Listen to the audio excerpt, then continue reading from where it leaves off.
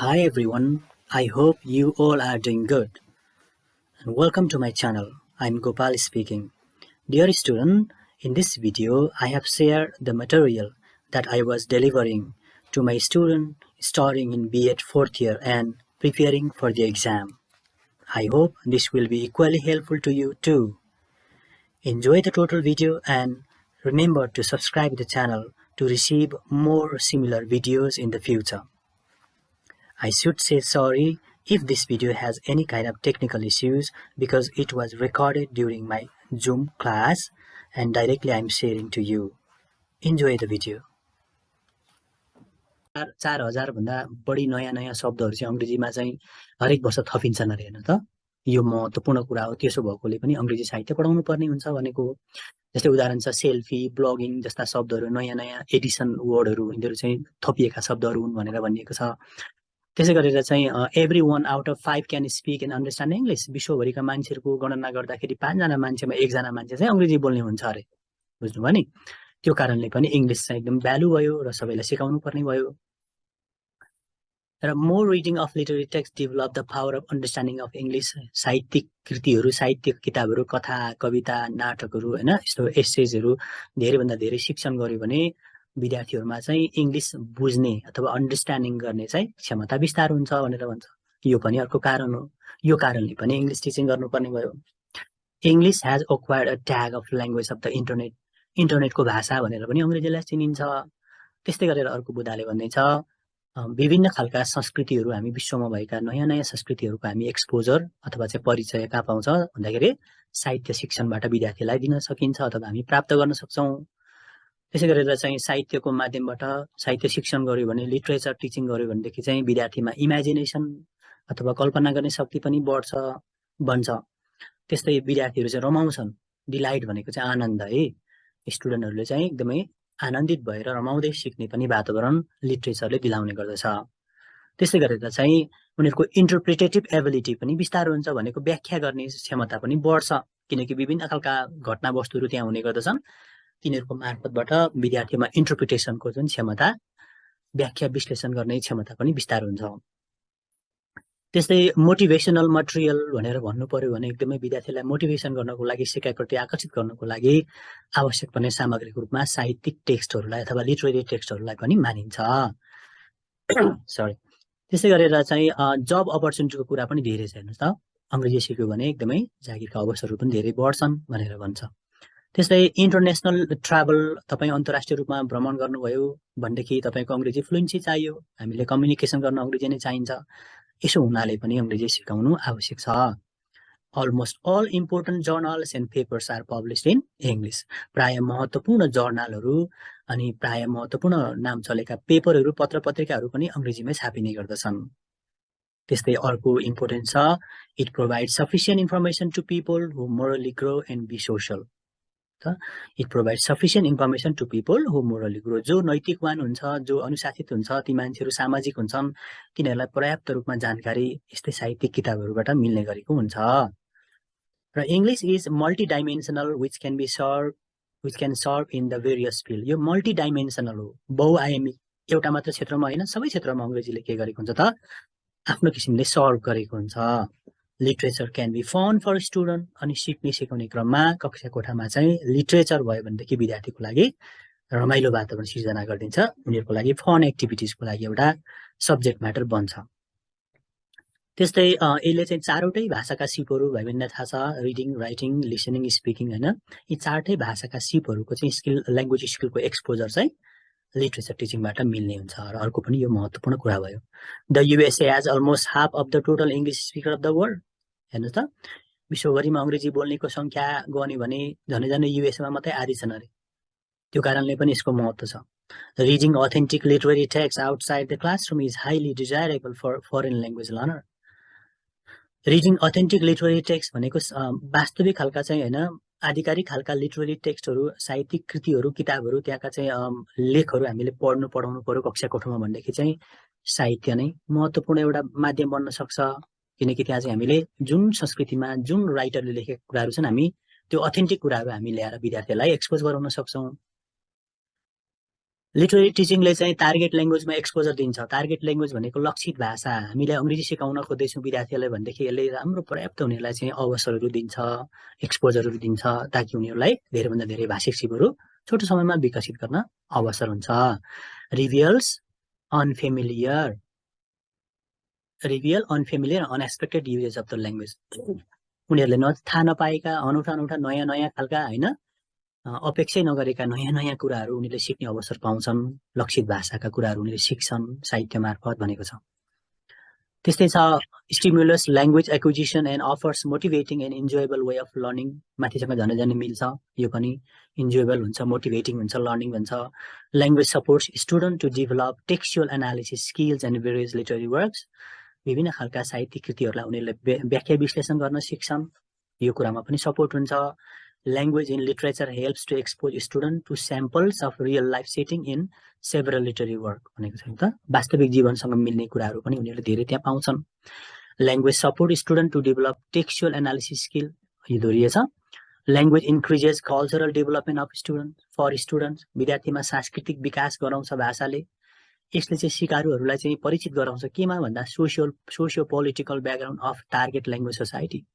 जस्तै हामीले अङ्ग्रेजी सिक्यौँ भने अङ्ग्रेजी समाजको बारेमा हामी धेरै कुरा थाहा पाउँछौँ। जापानिज सिक्यौँ भने जापानको बारेमा धेरै कुरा थाहा पाउँछौँ होइन त। यी कुराहरू पनि फाइदाका कुरा भए। It makes them understand how communication takes place in specific community होइन। कुनै पनि वास्तविक हामीले चाहिँ विशेष खालको विशिष्ट समुदायमा कम्युनिकेसन कसरी हुन्छ त भन्ने कुरा पनि यसले चाहिँ उनीहरूलाई बोध गराउँछ। Student can be familiar to poetic function of language. भाषाका विभिन्न काम हुन्छन्, तीमध्ये पोएटिक फङ्सन पनि एउटा हो। त्यो काव्यिक कृति पनि कार्य पनि हुन्छ होइन, यसले गर्ने काम। यो कुराहरू पनि उनीहरूले कविताहरू विभिन्न साहित्यिक माध्यमबाट सिक्ने गर्दछन्। It helps student to infer the meaning of the particular work. यहाँ वर्क भनेको कृति भनेको है, साहित्यिक कृतिहरू लेखहरू भनेको तिनीहरूले चाहिँ कसरी मिनिङ दिने, तिनीहरूलाई पढेर कसरी बुझ्ने भन्ने कुरा उनीहरूले ज्ञान पाउँछन्। It develops student creative reading habit. यसले सृजनात्मक खालको पढ्ने बानी पनि बिस्तारीमा विद्यार्थीमा बनाउँछ। They can be familiar to the style of language. भाषाका विभिन्न स्टाइलहरू हुन्छन् भाइ बहिनीहरू, ती विभिन्न खाले स्टाइलहरू उनीहरू चाहिँ परिचित हुन अवसर पाउँछन् विभिन्न खालको टेक्स्टको माध्यमबाट कक्षा कोठामा पढ्दा पढ्दै। It helps to build good vocabulary power. यो त बुझिहाल्यो, उनीहरूको शब्द भण्डार पनि बढ्ने गर्दछ। It enables student to appreciate various literary text. Appreciate भनेको नि अन्डरस्ट्यान्ड हो, बोध गर्नु हो। विभिन्न खालका टेक्स्टहरू उनीहरूले पढेर बोध गर्ने बानीको पनि विकास हुने भएकोले इट्स भेरी इम्पोर्टेन्ट अथवा valuable to teach literature in language teaching. जसरी हाइलाइट गरे पनि यो बुदाहरू भाइ बहिनीले बुदाकै रूपमा लेख्नुपर्छ भन्ने छैन, भाषा मिलाएर यसलाई लेख्नु होला। यो लगभग ओपन क्वेसन जस्तो छ। अब अर्को आयो तल्लो हेरौँ है त। ल तपाईहरु स्क्रिनशट पनि गर्नुहुन्छ भने ठिकै छ। What are the approaches to using literature for language learners भन्छ। माथिल्लो सोधेन भने यो सोध्ने गर्दछ, किनकि यो हामीले आज पढेको मध्येबाट 10 मार्क्स त आउट हो। What are the approaches to using literature for language learner भन्छ। एप्रोचेस भनेको के रहेछ त भन्दाखेरि अब सुरु गरेँ है मैले, धेरै लामो त छैन। Approaches are different ways of engaging students with literary works. तपाईँ हामी साहित्य शिक्षण त गर्छौँ, लिटरेचर त पढाउँछौँ अथवा चाहिँ लिटरेचरको टिचिङ त गर्छौँ स्टुडेन्टलाई, तर विभिन्न तरिकाले इन्गेज गरिन्छ उनीहरूलाई पठन पाठन गराउने क्रममा होइन। टिचिङ लर्निङ गर्ने एक्टिभिटिजहरू चाहिँ विभिन्न तरिकाले हुने गर्दछन्। विद्यार्थीलाई इन्गेज गराउनको लागि विभिन्न तरिका अपनाइन्छ। ती अपनाउने विधिहरू, ती अपनाउने हामीले ल्याङ्ग्वेज टिचरले युज गर्ने अथवा एडप्ट गर्ने, उनीहरूले चाहिँ आफ्नो प्र्याक्टिसमा ल्याउने ती विभिन्न विधिहरू छन्। तिनीहरूलाई नै के भनिएको छ त, एप्रोच भनेर भनिएको छ। It is the process that are, it is the processes भएको रहेछ है। It is the process that are most, processes छ फेरि इआर छ।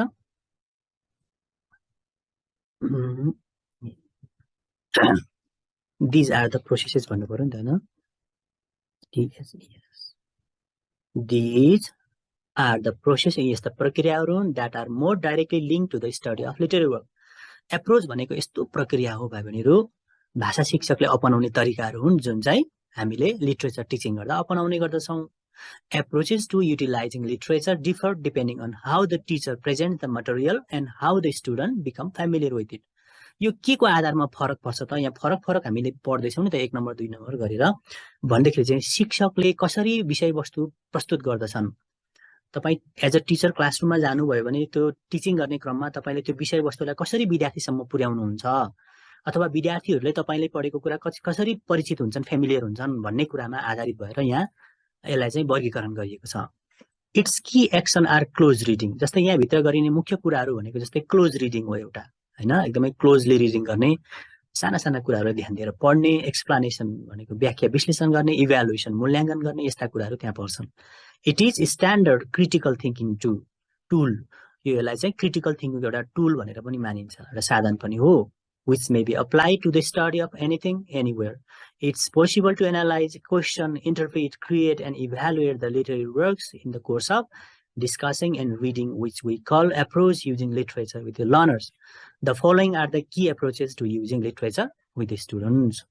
अब खासमा यहाँ माथिको परिचय मात्रै हो, भाइ बहिनीले तरको मेन कुरा बुझ्नुहुन्छ, म तपाईलाई यो बुझाउन सक्छु भन्ने छ, म तपाईलाई बुझ्ने गरी पनि भन्छु। पहिले लाइनबाट जाउँ अनि तपाईलाई समराइजिङ आइडिया बताइदिहाल्छु। अब यहाँ सोध्ने मैले सोधेको मलाई थाहा छ, what are the approaches to using literature for language learner भन्छ। एप्रोचेसहरू के हुन् भन्छ। एप्रोचेसहरू हामीले सिलेबसमा दिएअनुसार 3टा हेर्नुपर्छ। एउटा टेक्स्चुअल एप्रोच भन्छ अथवा त्यसलाई ल्याङ्ग्वेज बेस्ड एप्रोच पनि भन्छ। 2 नम्बरमा नन टेक्स्चुअल एप्रोच भन्छ र 3 मा चाहिँ लिटरेचर फर पर्सनल इन्रिचमेन्ट भनेर भन्छ। अब यिनीहरू के हुन् त भन्दा अहिले भाइ बहिनी अलमली राख्नु भएको छ, मलाई थाहा छ। दिस एप्रोच, अब टेक्स्चुअल एप्रोच भनेको चाहिँ टेक्स्टमा ओरिएन्टेड एप्रोच हो, बुझ्नुभयो नि। टेक्स्ट भनेको तपाईले पढाउने पाठ्य सामग्री हो। जस्तै तपाई स्टोरी पढाउँदै हुनुहुन्छ उदाहरणको लागि, हैन त, स्टुडेन्टलाई स्टोरी टिचिङ गर्दै गर्दा तपाई केमा आधारित भएर पढाउनुहुन्छ?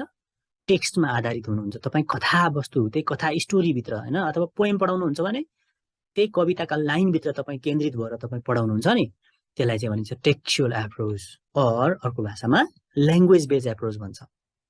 मोटामोटी फेरि बुझ्नु त, टेक्स्चुअल एप्रोच भनेको भाषा शिक्षणले अथवा चाहिँ लिटरेचर टिचिङ गर्दा टिचरले चाहिँ टेक्स्ट ओरिएन्टेड भएर पढाउँछन्, बुझ्नुभयो नि।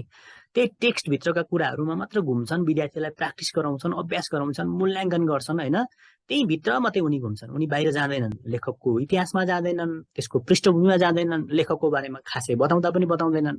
खाली के पढाउँछन्? उनले जुन टेक्स्ट पढाउन खोजेको हो, जुन पोएम पढाउन खोजेको, जुन ड्रामा पढाउन खोजेको, ती भित्र उनी हराउँछन् है, तीका गतिविधिहरू, एक्टिभिटीहरू गराउँछन्। त्यस्तो एप्रोच, त्यस्तो विधिलाई के भन्छ त? टेक्स्चुअल एप्रोच भनेर भनिन्छ। This approach is similar to literary text analysis. यसलाई लिटरेरी टेक्स्ट एनालिसिससँग उस्तै मानिन्छ, किनकि लिटरेरी टेक्स्ट एनालिसिसमा पनि टेक्स्ट एनालिसिस मात्र गरिन्छ। त्यो टेक्स्ट भनेको पाठ्य सामग्रीभित्र के छ त्यहाँका कुराहरूलाई विश्लेषण गरिन्छ, त्यही जस्तो हो यो पनि। This theory focuses completely on the material of language. अब बुझ्नुभयो नि, यसले चाहिँ खासमा के फोकस गर्छ, यो थ्योरीले, यो सिद्धान्तले, यो नियमले भन्दाखेरि चाहिँ पूर्ण रूपले मटेरियल अफ ल्याङ्ग्वेज, त्यो भाषाको लागि तपाईले जुन सन्दर्भ सामग्री प्रयोग गरिराख्नु भएको छ, पोएम हुन्छ, स्टोरी होला, एसे होला, हैन, त ड्रामा होला, त्यो मेटेरियल भित्र मात्र तपाई केन्द्रित भएर टिचिङ गर्नुहुन्छ। In the approach the students attention is concentrated mainly on language. हैन त, विद्यार्थी केमा केन्द्रित हुन्छन्? उनीहरूको ध्यान केमा हुन्छ? ल्याङ्ग्वेजमा हुन्छ, ल्याङ्ग्वेज फर्ममा हुन्छ। फर्म भनेको त्यहाँको चाहिँ स्ट्रक्चर, त्यहाँको चाहिँ सेन्टेन्सहरू, हैन, त्यसको प्याराग्राफिङहरू कसरी बन्यो, के वर्डहरू छन्, भित्र उनीहरू मात्रै घुम्छन्। त्यसको स्ट्रक्चरमा मात्र केन्द्रित हुन्छन् शिक्षक विद्यार्थीहरू। डिक्सन भनेको वर्ड हो भाइ बहिनीहरू, भोकाबुलरी हो त, कस्तो कस्तो शब्द प्रयोग गरेको छ, कस्ता कस्ता वाक्यहरू प्रयोग गरेका छन्, समग्रमा कुन खालको छ, जस्तै सनेट हो कि त्यो, हैन, हुन्छ नि त, कविताका धेरै फर्महरू हुन्छन्। त्यो फर्ममा केन्द्रित भएर टिचिङ लर्निङ गरिन्छ, स्ट्रक्चरमा, वाक्यको संरचनामा केन्द्रित भएर टिचिङ लर्निङ गरिन्छ, वर्डमा केन्द्रित भएर टिचिङ लर्निङ गरिन्छ।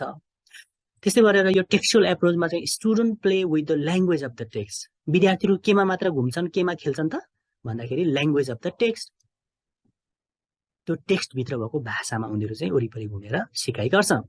It develops students proficiency by integrating literature in language class. यसले विद्यार्थीहरूको प्रोफिसियन्सीलाई के गर्छ त? विस्तार गर्छ। प्रोफिसियन्सी भनेको उनीहरूको क्षमता भनौँ न, उनीहरूको योग्यता क्षमतालाई प्रवीणता भन्छ, उनीहरूको कला कौशल बढाउने काम गर्दछ। कसरी भन्दाखेरि ल्याङ्ग्वेजको माध्यमबाट विभिन्न गतिविधिहरू गरिन्छ त्यो टेक्स्टमा केन्द्रित भएर। As our aim of teaching is to develop language competence. किनभने हाम्रो लक्ष्य नै के हुन्छ त भन्दा जसरी हुन्छ विद्यार्थीमा ल्याङ्ग्वेज कम्पिटेन्स बढाउने, भाषाको दक्षता बढाउने, पर्फर्मेन्स बढाउने, प्रस्तुति उसको बोल्ने लेख्ने शैली विकास गराउने। In the learner this approach also helps not only to focus on studying on or reading literature but also on how to use literature for language practice. सिकाएर उसलाई जान्ने मात्र पार्ने होइन कि उसले त्यो भाषा त्यो सिकेको कुरालाई चाहिँ ल्याङ्ग्वेज प्र्याक्टिस होइन उनीहरूको चाहिँ दैनिक अभ्यासमा कसरी ल्याउने भन्ने पनि लक्ष्य राखिएको हुन्छ बुझ्नुभयो नि while going through this approach यो एप्रोच प्रयोग गर्दै जाँदा अगाडि बढ्दा students are asked to find out the pattern of meter जस्तै विद्यार्थीहरूले यस्तो यस्तो गतिविधि गराउन सक्छन् शिक्षकले जस्तै कविता पढिसके पछाडि मिटरको प्याटर्न थपौ ल यो मिटर कुन खालको रहेछ पत्ता लगाऊ भनेर भन्न सकिन्छ लाइनहरूको बारेमा कतिवटा लाइन छन् त्यो कवितामा जस्ता कुराहरू सोधेर उनीहरूलाई त्यो बारेमा हेर्न भनौँ न इन्करेज गरिन्छ राइम्सहरू छ कि छैन छ भने कुन राइम छ टेन्सहरू कुन प्रयोग भएको छ रिपोर्टेड स्पिच छ कि छैन हैन एरेन्जमेन्टहरू कसरी गरिएका छन् स्ट्रक्चर अफ वर्ड बुझ्नुभयो नि शब्दको बनावट कसरी भएको छ प्लट भनेको कथानक यहाँ भित्र तपाईले समग्रमा पढेर के बुझ्यौ भन्ने टाइपको पनि तपाईले सोध्न सक्नुहुन्छ कसलाई विद्यार्थीहरूलाई यी सबै कुराहरू चाहिँ के छ भन्दाखेरि चाहिँ अहिलेसम्म टेक्स्ट ओरिएन्टेड मात्र छन् है अफ द लिटरेरी टेक्स्ट अब उदाहरण यहाँ दिएको छु हेर्नु त अझै यसलाई बुझ्नको लागि एउटा एक्जाम्पल पनि छ the total student of the class are divided into two groups मानु तपाईले चाहिँ अब यो एप्रोचमा आधारित भएर टिचिङ गर्दै हुनुहुन्छ टेक्स्चुअल एप्रोचमा आधारित भएर टिचिङ गर्दै हुनुहुन्छ भने यस्तो यस्तो क्रियाकलाप तपाईले क्लासमा गर्नुहुन्छ जस्तै समग्र विद्यार्थीहरूलाई दुई भागमा विभाजन गर्नुहुन्छ they are given two short poems अनि दुईटालाई के गर्नुहुन्छ त दुईटा छोटा छोटा कविताहरू दिनुहुन्छ 1-to-1 ग्रुप एउटा समूहलाई एउटा सानो कविता अर्को समूहलाई अर्को छोटो कविता दिनुहुन्छ both groups are asked to change the verbs into prose त्यो भर्स भनेको त्यो प्रोज हुन्छ त्यो कवितामा लेखेको हुन्छ नि त्यो भर्स हैन लय त्यसलाई चाहिँ तपाईलाई प्रोजमा बनाउन दिनुहुन्छ प्रोज भनेको गद्यमा बनाउन दिनुहुन्छ अथवा त्यो कविता पढ अनि कविता पढेर यसलाई चाहिँ प्याराग्राफ बनाऊ त ल के बुझ्छौ प्याराग्राफमा लेख भनेर तिमीले के भन्नुहुन्छ तपाईले विद्यार्थीलाई अराउनुहुन्छ छोटा छोटा कविता दिनुभएको छ दुईटा ग्रुपलाई अनि उनीहरुले के गर्नुपर्ने छ तपाईले दिएको काम भन्दाखेरि त्यो भर्सलाई त्यो कवितालाई चाहिँ उनीहरुले चाहिँ गद्यमा अथवा प्याराग्राफमा लेखेर यस्तो यस्तो भएको छ भनेर लेख्नु पर्यो बुझेको कुरा the student try their best विद्यार्थीले सक्दो कोसिस गर्छन् आफ्टर दैट त्यसपछि the prose of one group is given to another group अनि त्यो उनीहरुले प्रोज बदलिसके पछाडी एउटा समूहले बनाएको प्रोजलाई अर्को समूहमा साटिदिनुस् एक्सचेन्ज गरिदिनुस् भन्छ यहाँ देन अनि त्यहाँबाट they are asked to change the prose into respective poetry form फेरि त्यस पछाडी के गर्नु पर्यो उनीहरुले पोएट्रीमा चेन्ज गर्नु पर्यो बुझ्नुभयो नि साटेपछि पोएट्रीमा चेन्ज गर्नु पर्यो फेरि गद्यलाई पद्य बनाउनु पर्यो दे आर देन अनि त्यहाँबाट asked to compare with original अनि उनीहरुले फेरि त्यो गद्यलाई पद्यमा बनाइसके कविता बनाइसकेपछि अनि अघि ओरिजिनल कविता कस्तो दिएको थियो सरले त्योसँग तुलना गर त तिमीले कति बिगार्यौ कति बनायौ उस्तै लेख्यौ कि भनेर तुलना गर्न दिइन्छ अब यस्तो क्रियाकलाप तपाईले गरिसके पछाडी विद्यार्थीमा के खालको चाहिँ ल्याङ्ग्वेज डेभलपमेन्ट हुन्छ भन्दा through this language based approach यो भाषामा आधारित यस्तो खालको विधिबाट एप्रोचबाट चाहिँ इट इज एक्सपेक्टेड दैट यो अपेक्षा गरिन्छ कि students become familiar with the punctuation अब विद्यार्थीहरू केसँग परिचित हुन्छन् भन्दाखेरि पंक्चुएसन मार्क कसरी प्रयोग गर्ने कसरी गरिएको थियो के भयो के भएन टाइपको उनीहरु गहिरेर जानु पर्यो नि त टेन्सको कुरामा उनीहरु परिचित हुन्छन् एक्टिभ प्यासिभ भोइसको बारेमा उनीहरु परिचित हुन्छन् रिपोर्टेड फर्मको बारेमा उनीहरु त्यहाँ विज्ञता हासिल गर्छन् यस्तो गतिविधि एक्टिभिटी गरायो भनेदेखि वर्डको बारेमा उनीहरु फेमिलियर हुनु पर्यो स्ट्रक्चरहरू सेन्टेन्स स्ट्रक्चर के छन् कस्ता थिए जस्ता कुराहरू उनीहरु के त प्रशस्त अभ्यास गर्ने अवसर उनीहरुलाई प्राप्त हुने गर्दछ while changing prose into verse जब त्यो प्रोजलाई उनीहरुले फेरि कविता बनाउँछन् अनि फेरि कवितालाई प्रोज बनाउँछन् नि this approach language form diction syntactic feature theme are evaluated यसो गर्दा के हुन्छ भन्दा उनीहरुले चाहिँ उनीहरुको भाषाको क्षमता पनि मूल्याङ्कन हुने भयो उनीहरुले फर्म डिक्सन वर्ड भने डिक्सन भनेको सिन्ट्याक्टिक फिचर थीम सबै कुराहरुको मूल्याङ्कन पनि गर्न भाषा शिक्षकलाई मद्दत गर्दछ भनेर यो चाहिँ भयो टेक्स्चुअल एप्रोच समग्रमा हामीले के बुझ्यौं भन्दा टेक्स्चुअल एप्रोच भनेको टेक्स्ट ओरिएन्टेड एप्रोच हो ल्याङ्ग्वेज टिचरले क्लासमा लिटरेचर पढाउँदा पाठ्य पुस्तकमा केन्द्रित भएर भाषाको सिपहरू विकसित गराउने उद्देश्यले त्यसका शब्दहरू त्यसका वाक्यहरू त्यसको फर्म बनावट के छ त भनेर चाहिँ त्यही केन्द्रित भएर विभिन्न क्रियाकलाप गराउने सिकाउने विधिलाई टेक्स्चुअल एप्रोच भनिन्छ भनेर अब बुझिन्छ है अब पक्कै पनि यति गर्दा नि बुझेन भने चाहिँ गाह्रो छ नानी अब नम्बर 2 जाउँ अब टेक्स्चुअल बुझेपछि नन टेक्स्चुअल सजिलो हुन्छ टेक्स्चुअलको विपरीत के हुन्छ नन टेक्स्चुअल भयो हैन ठीक टेक्स्चुअल नभएको यो त के गरिन्छ भन्दा म फेरि भए बेला छोटोमा भन्छु अनि सजिलो होला टेक्स्चुअलमा त्यो बुक ओरिएन्टेड हुन्छ, टेक्स्ट ओरिएन्टेड भए टिचर यहाँ चाहिँ टेक्स्ट भन्दा बाहिरको कुरा भन्ने कि हैन, टेक्स्टको कुरा होइन, विद्यार्थीलाई के को ज्ञान दिने, टेक्स्ट भन्दा बाहिरको कुराको धेरै ज्ञान दिने। कक्षा कोठामा धेरै कुरा चाहिँ राइटरको इतिहास भन्ने, राइटरको बाल्यकालको बारेमा भन्ने हैन, राइटरले शिक्षा कहाँ हासिल गरेका थिए, राइटरको बाबा के गर्थे, उनको पेशा के थियो टाइपको त्यो टेक्स्ट पढाउनु होइन। लक्ष्मीप्रसाद देवकोटाको यात्री पढाउनु, यात्री कविताभित्र छिर्ने होइन, लक्ष्मीप्रसाद देवकोटाको बारेमा धेरै भन्ने कि। त्यसो भयो भने पनि उनीहरूलाई के हुन्छ अरे भनेदेखि यो खालको सिकाइले पनि विद्यार्थीलाई धेरै कुराहरू बोध हुन्छ। अनि उसको ब्याकग्राउन्डबाट चाहिँ त्यो कृति लेखिएको ब्याकग्राउन्डबाट धेरै कुराहरू स्टुडेन्टले बुझिसके पछाडि उनीहरूलाई कृति बुझ्न सजिलो हुन्छ भन्ने मान्यतामा नन टेक्स्चुअल एप्रोच भनिँदो रहेछ। अब यसो भनेपछि लाइन टु लाइन जाँदा हामी बुझ्छौँ। If we give the student background knowledge of the writer and text, अब हामीले त्यो टेक्स्टको बारेमा अथवा त्यो टेक्स्ट लेखिएको मानव कविता कुन प्रसङ्गमा लेखेको थियो, कुन सन्दर्भमा लेखेको थियो भनेर त्यो टेक्स्टको बारेमा अथवा लेखकको बारेमा ब्याकग्राउन्ड नलेज विद्यार्थीलाई दिउँ भनेदेखि a literary text can be taught more clearly and effectively भन्ने मान्यता यो एप्रोचले राख्छ। इन दिस एप्रोच, यो एप्रोचमा चाहिँ 10 मिनटमा सकिँदैछ सूचना आयो ल। इन दिस एप्रोच, यो एप्रोचमा we introduce the writer first, हामीले लेखकलाई परिचय गराउँछौँ, उनको ब्याकग्राउन्डको इन्फर्मेसनको बारेमा कुरा गर्छौँ, लेखकको बारेमा जस्तै बाल्यकालको बारेमा कुरा गर्छौँ, परिवारको ब्याकग्राउन्डको बारेमा कुरा गर्छौँ हैन, लेखकको शिक्षा के थियो, प्रोफेसन पेशा के थियो, धर्म के थियो, संस्कृति के थियो, हो के न। राजनीतिक भन्छ इन्क्लिनेसन भनेको आबद्धता, उनी कुन पार्टीमा थिए हुन्छ नि, राजनीतिक उनको आस्था के थियो जस्ता कुराहरू विद्यार्थीलाई बताइन्छ। तपाईले त्यो टेक्स्ट पढाउनुभन्दा पहिले नै लाइफ फिलोसफी, उसको चाहिँ एउटा फिलोसफी दर्शन के थियो जस्ता कुराहरू बताइन्छ। Are presented because the literary text is definitely affected by, किनभने उसले लेखेको कृति, उसले रचना गरेको कुरा पनि यी माथिका कुराहरूबाट पक्कै पनि के हुन्छन् त प्रभावित हुने हुन्छन्। र यो ब्याकग्राउन्ड नलेज दियो भने स्टुडेन्टलाई बुझ्न एकदमै सजिलो हुन्छ है, र यसरी देऊ भनेर यो एप्रोचले भन्छ। It certainly helps the student to get the point of the text. यसो भएपछि विद्यार्थीलाई के हुन्छ त त्यो टेक्स्टको पोइन्ट बुदागत रूपमा उनीहरू चाहिँ त्यहाँ गहिराइमा पुग्न सजिलो हुन्छ भन्छ। In this approach, the teacher gives greater importance to the background information about the writer than the text. यहाँ चाहिँ टेक्स्ट भित्रको कुरा भन्दा पनि राइटरको ब्याकग्राउन्ड इन्फर्मेसनमा बढी फोकस गरिन्छ। Another aspect of this approach is to give background information about the contemporary society. अब उसले लेखकको मात्र ब्याकग्राउन्ड दिँदैन, कन्टेम्पोरेरी सोसाइटी, त्यो कृति कहिले रचना गरिएको थियो त हैन, त्यो त्यहाँको समाज, त्यहाँको परिवेश, त्यहाँको इतिहास अथवा चाहिँ इकोनोमिक स्टाटस हुन्छ नि, हरेक हिसाबले सोसाइटीको पनि कन्टेम्पोरेरी भनेको तत्कालको त्यो समयको सोसाइटी कस्तो थियो, इकोनोमी कस्तो थियो, कल्चर कस्तो थियो हैन, पोलिटिक्सको अवस्था कस्तो थियो, एजुकेसन के थियो, लिटरेरी ट्रेन्ड, साहित्यिक त्यति बेलाको ट्रेन्ड भनेको चलन कस्तो खालको थियो, मुभमेन्ट आन्दोलनहरू के भइरहेको थिए, डेभलपमेन्टको अवस्था कस्तो थियो जस्ता कुराहरू पनि शिक्षकले विद्यार्थीलाई दिनुपर्दछ। This approach is useful for the student of higher level. विशेष गरेर यो खालको एप्रोच चाहिँ कसलाई ठिक हुन्छ त, हायर लेभलको विद्यार्थीलाई ठिक हुन्छ। तपाईलाई पछि अब्जेक्टिभ क्वेसनमा सोध्न सक्छ है, नन टेक्सुअल एप्रोच चाहिँ कसलाई ठिक हुन्छ भने हायर लेभललाई ठिक हुन्छ। मसिनो बच्चाहरूलाई त्यही किताब मात्रै त्यही कविता पढाउँदा भइहाल्यो नि हैन, तर ठुल्ठुलो लेभलमा गइसके पछाडि यसरी ब्याकग्राउन्ड नलेज पनि दिनु राम्रो हुन्छ है। यो चाहिँ माथिल्लो लेभलकोलाई बढी उपयुक्त हुन्छ भन्छ। This approach is useful for the student of higher level and longer text like novels, drama and epics. लामा लामा टेक्स्टहरूको पढाउँदाखेरि यस्तो ठिक हुन्छ भन्छ। We take the help of this approach for critical, extended and complete study, but just the assisting approach because the text is the most important thing which cannot be avoided. समग्रमा हामीले अहिलेसम्म के बुझ्यौँ भन्दाखेरि एप्रोचमा दुईटा एप्रोच कुरा गर्यौँ।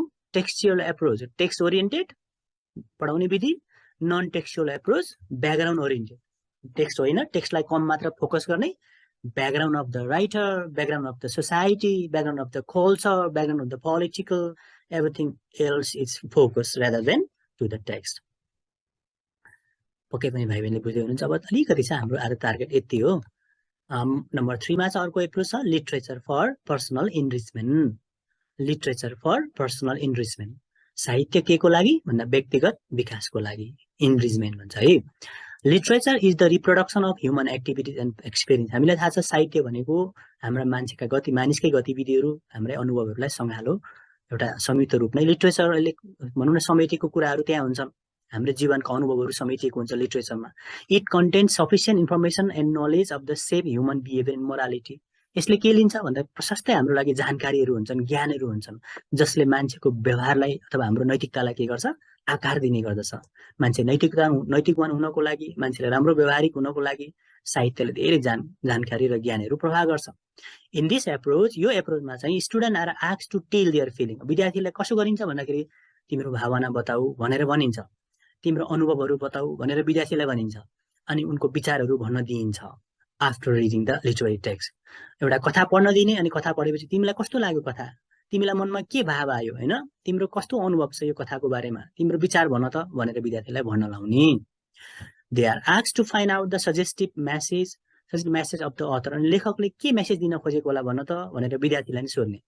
It helps student to involve actively and intellectual and emotional in learning. यसले विद्यार्थीलाई संवेगात्मक रूपले, बौद्धिक रूपले सिकाइमा इन्भल्भ हुनको लागि सहयोग गर्छ, किनकि उनी एक्टिभ भएर लाग्ने भयो नि त। The connotative meaning of the text is try to find out which improves students imaginative and critical power. अब connotative meaning भनेको जोडिएको मिनिङ हो भाइ बहिनीहरु। डिनोटेटिभ र कोनोटेटिभ हुन्छ। डिनोटेटिभ भनेको चाहिँ जे छ त्यही लेखिएको, जे बुझ्यो त्यो अर्थ भयो। कोनोटेटिभ भनेको चाहिँ यसले भन्न खोजेको अप्रत्यक्ष अर्थ पनि छ नि, हैन, इन्डाइरेक्ट मिनिङ पनि हुन्छ नि त टेक्स्टको।